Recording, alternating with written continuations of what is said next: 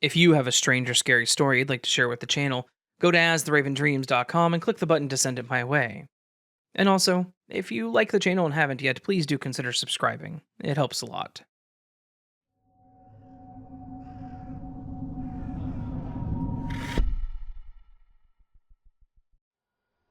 Hi, Raven. I found your material almost a year ago and I listen every night. Thank you. Your narration's just the tone and pace I need, so thank you. Thank you again. Anyway, this glitch happened just now. I've had others that I'll tell you about later or another time. I've got a lively young dog. His name is Pickle. He's probably just turned 3 and I'm his third owner, but that says more about the previous people who should have looked after him better than it does about him. He used to hate the car and now he loves it, and he lets me know that. He has a range of voices he uses to display his excitement about it. I don't even have to say anything, he just decides he wants to get in the car and goes bonkers until he gets his way. Which is fine. I've waited nearly a year to get him to this point, so I don't mind. So, to the actual glitch. I'm going to the cinema at 5 today, so I'm kinda clock watching and making sure things are done so I'm ready later. I was sitting on my sofa, having a coffee at 3 p.m., when he started telling me through sheer excitable behavior that he thought we should go for a drive and a walk.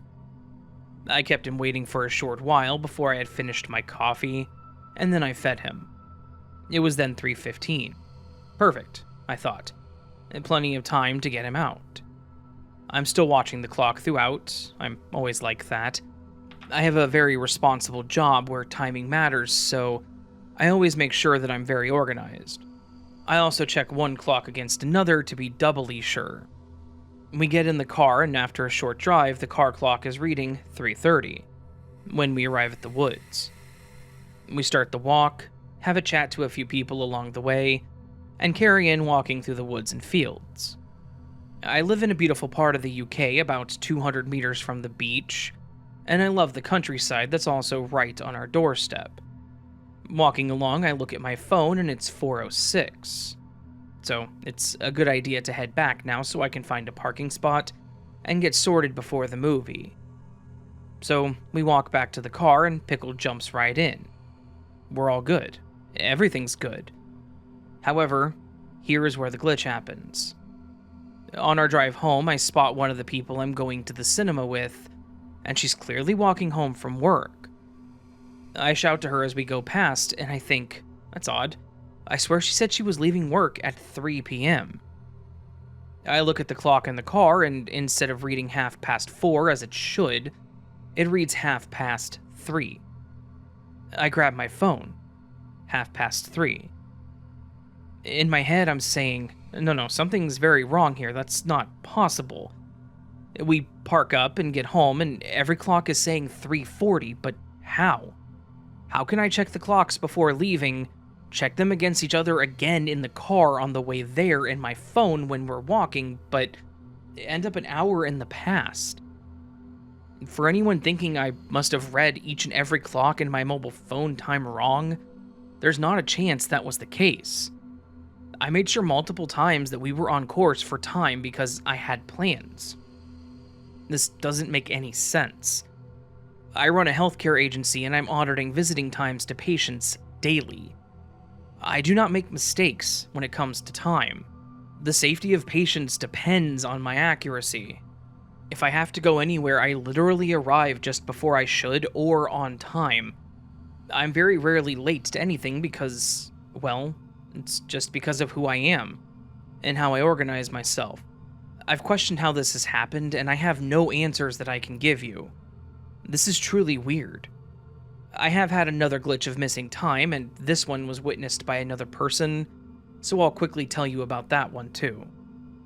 I used to travel to London for rehearsal for West End shows years ago. It's not something I do anymore, but in my time I've written music and songs for productions, and they've been performed in the West End a number of times. So, for a while it was a very serious career for me. I wrote an album and one of the world's biggest female icons had an option on it, so in other words, the material was exclusive to her, and I couldn't offer it to anyone else, and it couldn't be performed by anyone else. She never recorded my songs, though, so now it's part of my past that I'm extremely proud of, and it's alive in the recording of the album that I made, that she listened to. Anyway, to the glitch. I live 3 hours drive from London. Rehearsal days used to be exhausting, as you can imagine. I would get up at 4, drive to London, rehearse 8 to 5, and then drive back. One Sunday, we finished rehearsing, and I hung back at the end because of talking and laughing with the rest of the cast. I say bye to them all, got in the car, and headed home. The traffic was heavy around the M25, which circles London, and it took me a good hour to get to the exit that I needed. After that, there were less cars, so the journey became easier. I stopped, had a burger and a quick 10-minute nap in my car before doing the rest of the journey. I got home and literally threw my gear inside the house and slumped on the sofa. I reached for the phone and called one of the cast who I'd been with all day and had said goodbye to when I left, and she asked me what the hell I was doing. I was taken aback by her tone. She wasn't joking. She was pretty angry. She then said that I shouldn't drive like a maniac, so I told her it was all good, and that I had stopped at the service because it took me an hour around the M25 before I got to my exit, and I had a rest before driving the next couple of hours. She screamed down the phone, "You only left 2 hours ago, so you must be winding me up." I was shocked. Again, every time I had looked at the clock in the car or on my mobile, I was on time, and I was not rushing. I'd been delayed on the road, so I was doing the speed limits, maybe a fraction over, but I was not speeding like a madman. As I was being betrayed by my friends for careless driving, I just sat on the phone silent. I didn't know what to say. Even if I had been speeding all the way back, there was absolutely no way I would have got home in 2 hours. This one frightened me a lot, because I was driving in a motorway, so any loss of concentration could have been catastrophic. Yet I did the journey in just 2 hours. I've never understood what happened that day. I'll never understand what happened just now either. All I know is that it scares me that my lost time happens when I'm driving a vehicle, and I really hope that I will always be safe and make it back in one piece.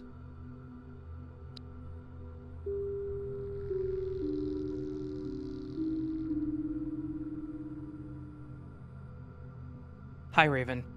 I went to high school in Antioch, California, and graduated from Antioch High School in June of 1986. I lived with my aunt and uncle during my high school years, and it was understood that I was expected to move out within no more than a couple of weeks after graduation. They had 7 children of their own, and they were starting to see me as a bad influence on my cousins because I had turned away from the religion they practiced. I worked part-time while in school, but I needed to find full-time work in order to find a new place to live. My then-girlfriend and I had a mutual friend whose family was going to Europe for several weeks in June and July on an extended vacation. My girlfriend was house-sitting while they were gone, and so, while I tried to get a full-time job and new digs sorted out, I crashed with her at our friend's house.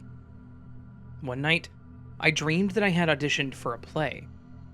In the dream, I was riding in my girlfriend's car, and we were leaving her father's business office and driving to Pittsburgh High School to see if I had been cast in the play. Pittsburgh High is where the cast list for the play The Crucible was going to be posted. Pittsburgh High School is in Pittsburgh, California, which is the closest neighboring town to Antioch. As of the night of June 1986, when I had this dream, I had never attended Pittsburgh High. I didn't know anyone who went to Pittsburgh High, and I had only set foot on the campus of Pittsburgh High once in my life, attending a football game in my junior year. After waking up, I told my girlfriend about this strange dream over breakfast. It was very lifelike, but it made no sense.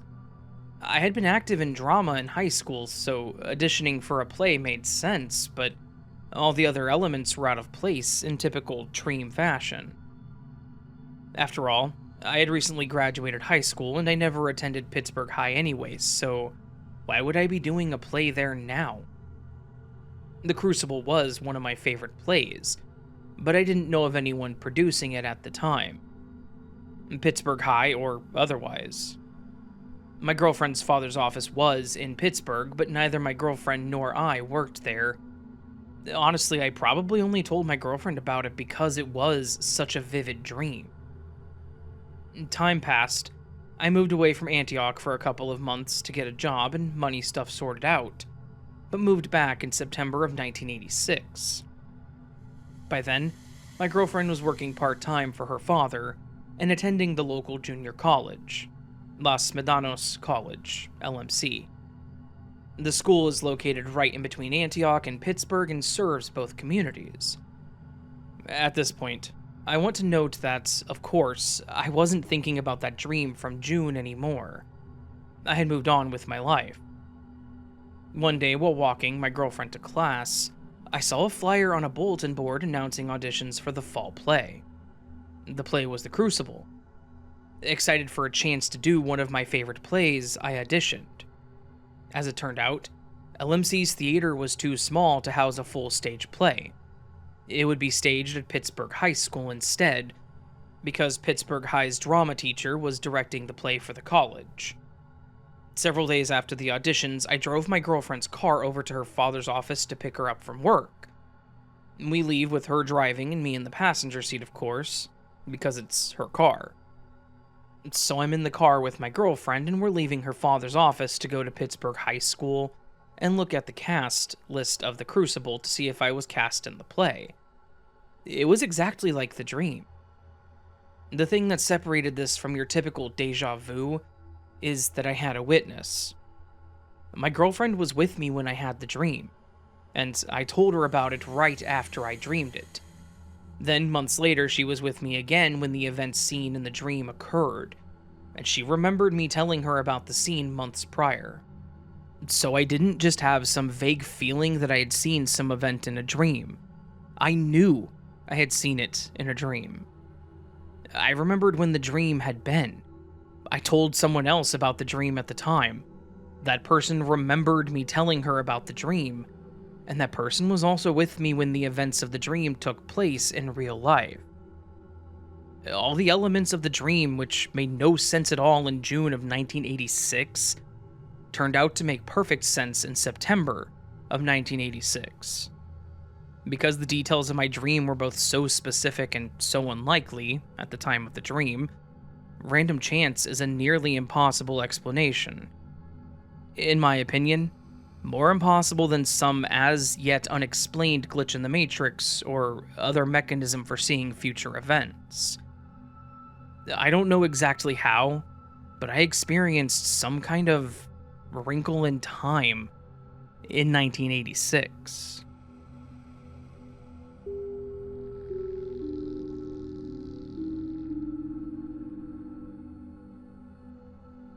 So, my friend Becky lives with me. She has 3 girls that live with her mother, their grandmother.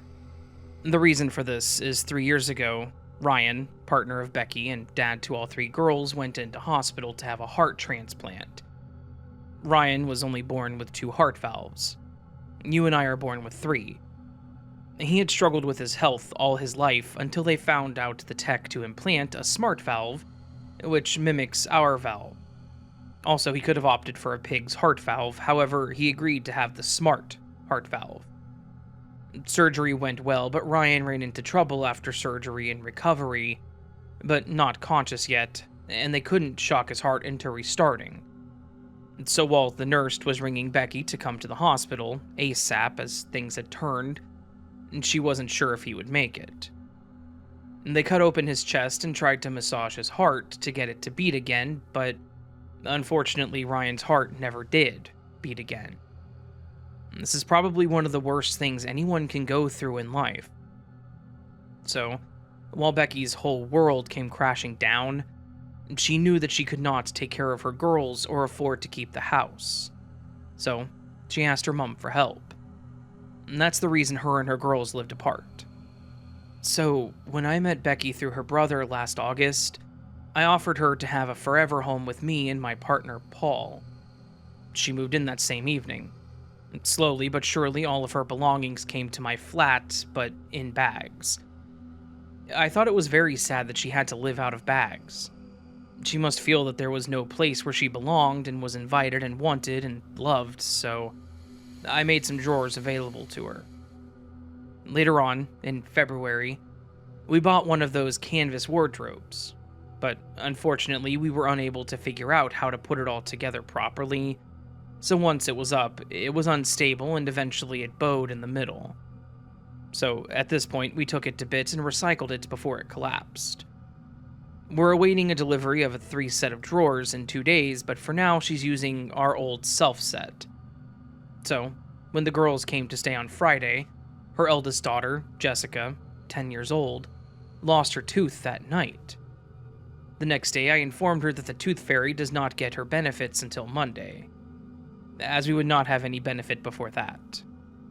We assumed she took her tooth back to her grandma's. However, when hoovering up later, we found the tooth, and Becky specifically put it in a mini makeup box on the top shelf. The reason we know it was put in this box was because she said she wanted to keep it for a memory.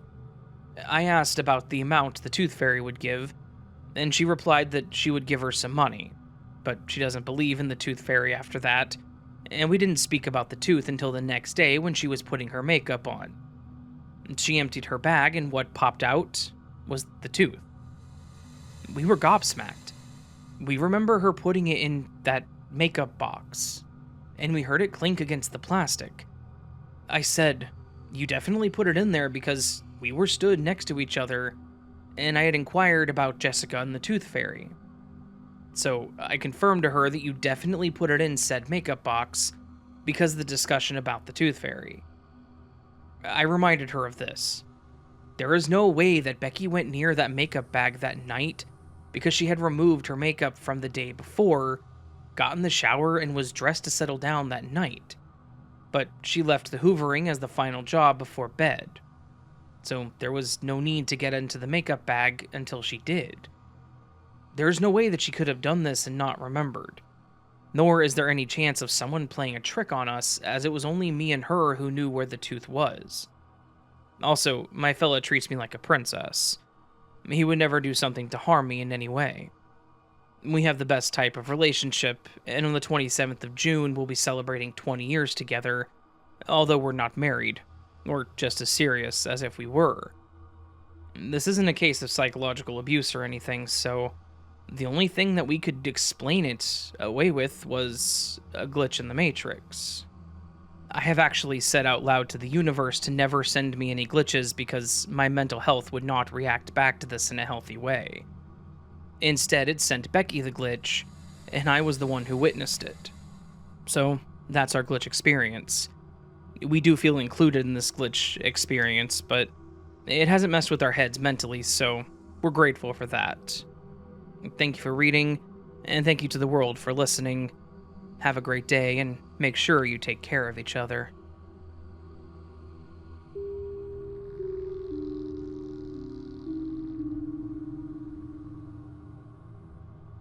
Hi, Raven. I've experienced a few glitches over the years, but this is the most recent, and most impactful of them all. I'm currently attending a community college in my town. I'm a creature of habits, and my daily routine is always the same on school days. Normal stuff. Coffee, shower, quick bite to eat, get dressed, and head out. I have a few items of jewelry that I wear every day. 2 necklaces, earrings, and a diamond ring. I have a small jewelry box for the earrings and a bigger case for the necklaces and ring. After returning home from school, my routine is always the same as well. I come in the house, pet the animals, remove my backpack, and then my jewelry, before changing into some lounging clothes. The jewelry always goes back in their respective cases. After a normal Wednesday at school, I returned home and got ready to chill. I take everything off as usual and put my jewelry away. The next morning, as I was getting ready for school, I go to put my jewelry on, and my ring is missing. I know I put it up where it belongs because I always do. I'm borderline OCD and everything has its place. The jewelry cases stay in the top left drawer of my dresser.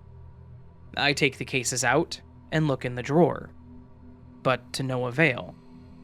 I look all around my dresser as well as the floor to make sure I didn't drop it by accident, though I vividly remember putting it in its case. I couldn't find it anywhere. I had to get to school, so after a few minutes of looking, I gave up and decided to go to school without it and try to find it when I returned home.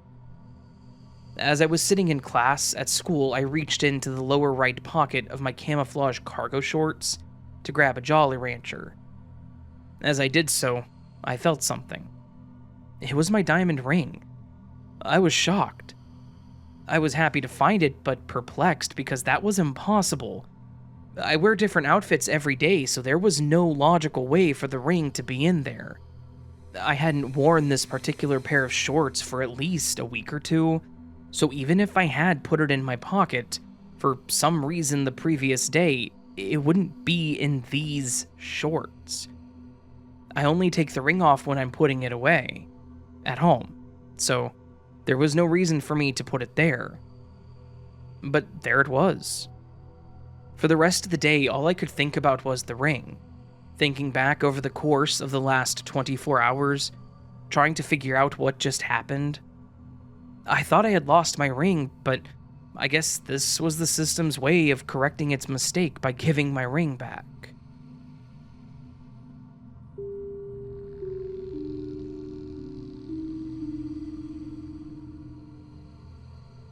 Hey Raven, just thanks for all the entertainment you provide. I'm still loving all the stories, and thank you for reading all my past stories. Thank you for sharing them. I had a couple of weird things happen at work lately, so I thought I would share. I work in retail at a pet supply store, so I'm all over the place in the store throughout my shift. The first instance happened a couple of months ago. I was helping a customer find an item, scanned them onto the computer, and then asked how he'd like to pay, with cash or card. He told me debit card. Interestingly enough, when I went to punch in the number on the debit machine, the price was already on it. I've considered that I may not have been paying attention and did it without thinking, but it doesn't add up when I recall this interaction. It's kind of strange. The second instance happened yesterday. A customer came in and needed help deciding on the right kind of bone for her dog to keep him busy. So I came around the corner. We talked about a few options, and when I went back around the counter to scan the item she had picked, it was already scanned into the computer. This instantly caught my attention, and again, I began to recall the interaction, but I can't remember going back there at any time to scan the item that she hadn't even chosen yet. So, thanks to the universe for making my day more interesting. I'm ready and open for more.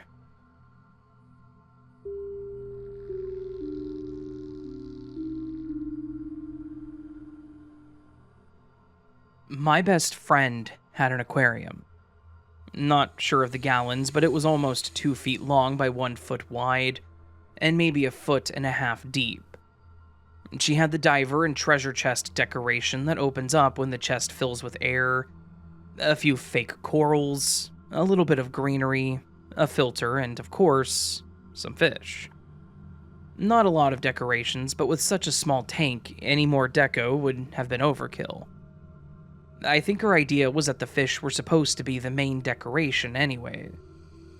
She had 3 goldfish, Larry, Mo, and Curly, among a rainbow-colored variety of other fish with a total of about 20. It was beautiful and mesmerized me for hours over the years that she'd had it. One day, as I was watching the fish, I noticed that there were only 2 goldfish. I spent another 10 minutes searching for the missing fish before I asked if one of the Stooges had died. She said no, and came to help me look for it.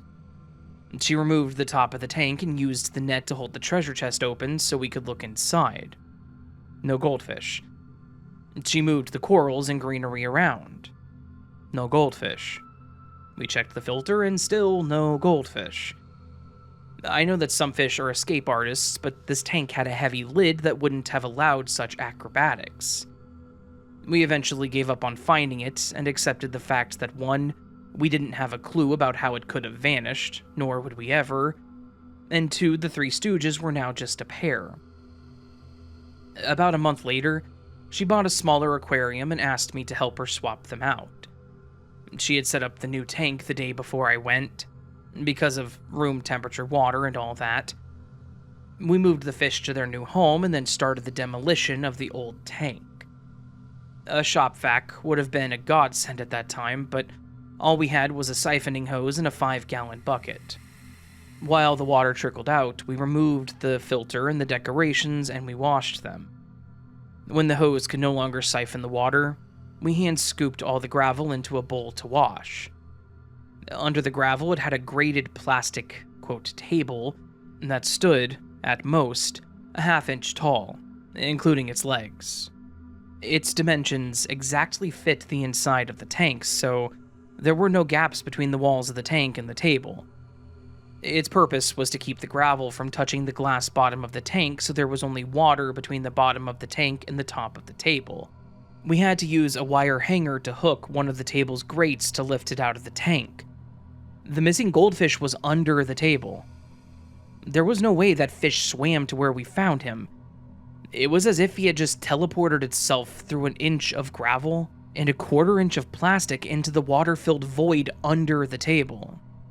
I could have easily accepted it if the fish had disintegrated into powder-sized particles and was sifted through the gravel and grating, but this fish was completely intact. He looked as if he had died just an hour prior. I will never understand how it happened, but it gave me a whole new outlook on swimming pools. Thank you, Raven. I hope that you and Patience are well and that your move is going swimmingly.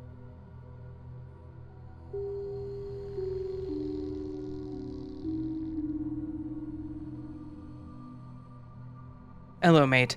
I'm from Dartford, UK.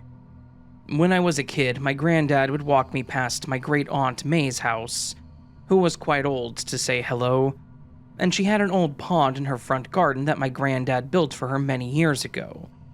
But it hadn't been used as a pond in years. It had become a flower box, a raised flower bed.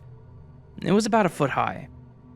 My aunt died some years later and her home sold. I showed my wife the pond that my granddad built. Quite proud I was. But about a year after I showed my wife for the 1,000th time, the new owner demolished the pond so he could park his car. And I was disappointed that it was gone. About 4 years went by, and the pond is back like it never left. But this sort of thing happens all the time for us. It feels like we're constantly waking up to some new change. Like alleyways that I've used for years keep disappearing and reappearing.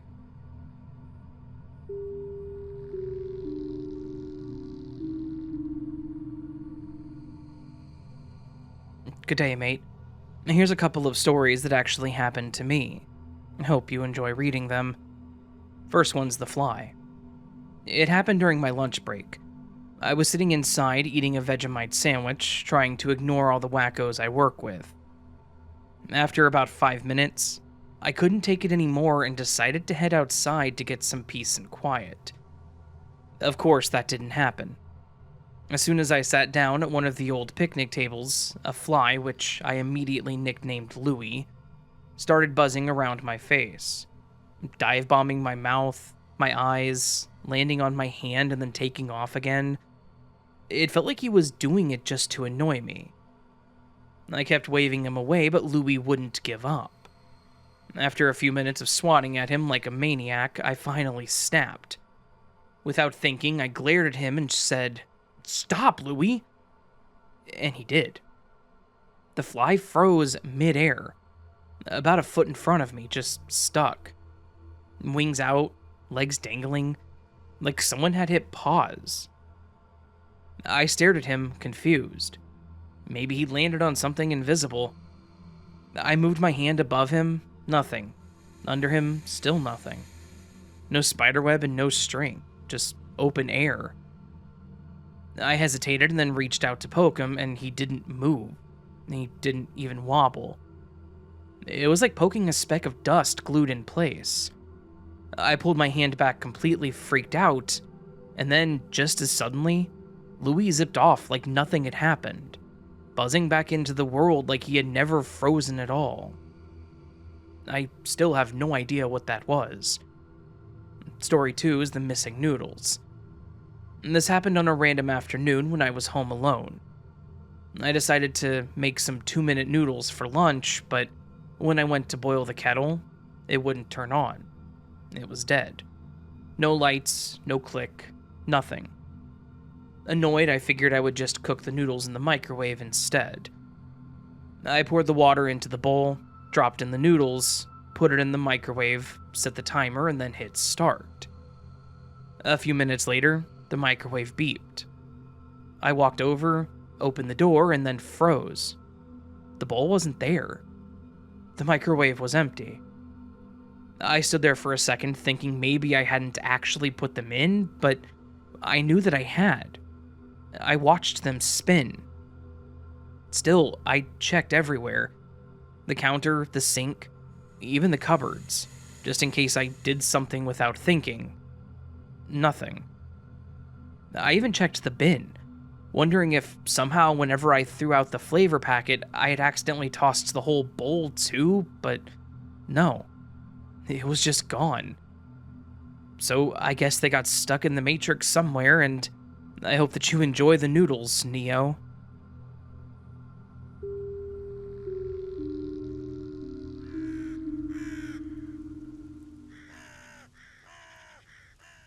So that, my friends, was this week's collection of Glitch in the Matrix stories. Stories that are weird, bizarre, strange, and awkward, depending on how you look at them. Sometimes mysterious. Sometimes. But always interesting, right? Always enjoyable and always interesting, and always a way to make your Monday a little bit more bizarre. Hopefully you enjoyed the stories. If you did, please do hit that like button. It'd be tremendous of you. Whenever this goes live, I don't think I'll be home. I'm going to be driving again this week. A lot over the next 2 weeks, actually. In fact, I should probably go ahead and just mention that here. The next few weeks. June is going to be a very weird month for the channel. There's probably going to be some videos missing because this is the big month where we move everything big. So I am planning on taking the drive alone tomorrow, which is today, Monday, for the video. I'm planning on taking the drive up alone with my desk and my stuff for my desk. And then coming back probably Wednesday morning, doing the live stream with Ghost as we always do on his channel. And then we're driving back up on Friday with the cats. And then coming back again and getting a truck to take up all the big stuff. So, yeah, it's going to be it's going to be difficult. I'm very tired, so I'm trying to get today and then Wednesday done within 2 days and just get everything ahead. So, I don't know, we'll see how it goes. Anyways, that doesn't really affect you, so thank you, I guess, for listening to that. If you enjoyed the video, please do hit that like button. That'd be tremendous of you. I really would appreciate it. If you are new to the channel and liked what you heard, consider subscribing. If you would like to do so, you can join Patreon or memberships, get early access to content like this and other content, depending on how you sign up and what you sign up for. You can also do a super thanks, which is a tip to the channel. Never expected, always appreciated, but it does really help support and keep the channel going. You can also listen on other platforms, such as Spotify, Audible, Apple Podcasts, Pandora, I believe I'm on. So, yeah. There's a lot of things you can do. Another thing you can do is be amazing. You're already amazing, so congrats. You've achieved one thing today if you haven't achieved anything else. Promise you that. You are amazing. The other thing is the word of the week. Every week, minus weeks where I do compilations, like last week, I give you a word, you put the word in a sentence in the comments, and I then take those comments and put them on the screen at the end of the video to shout out to all of the amazing people who left me a comment with the word of the week. On the screen right now is a collection of all the people who did so.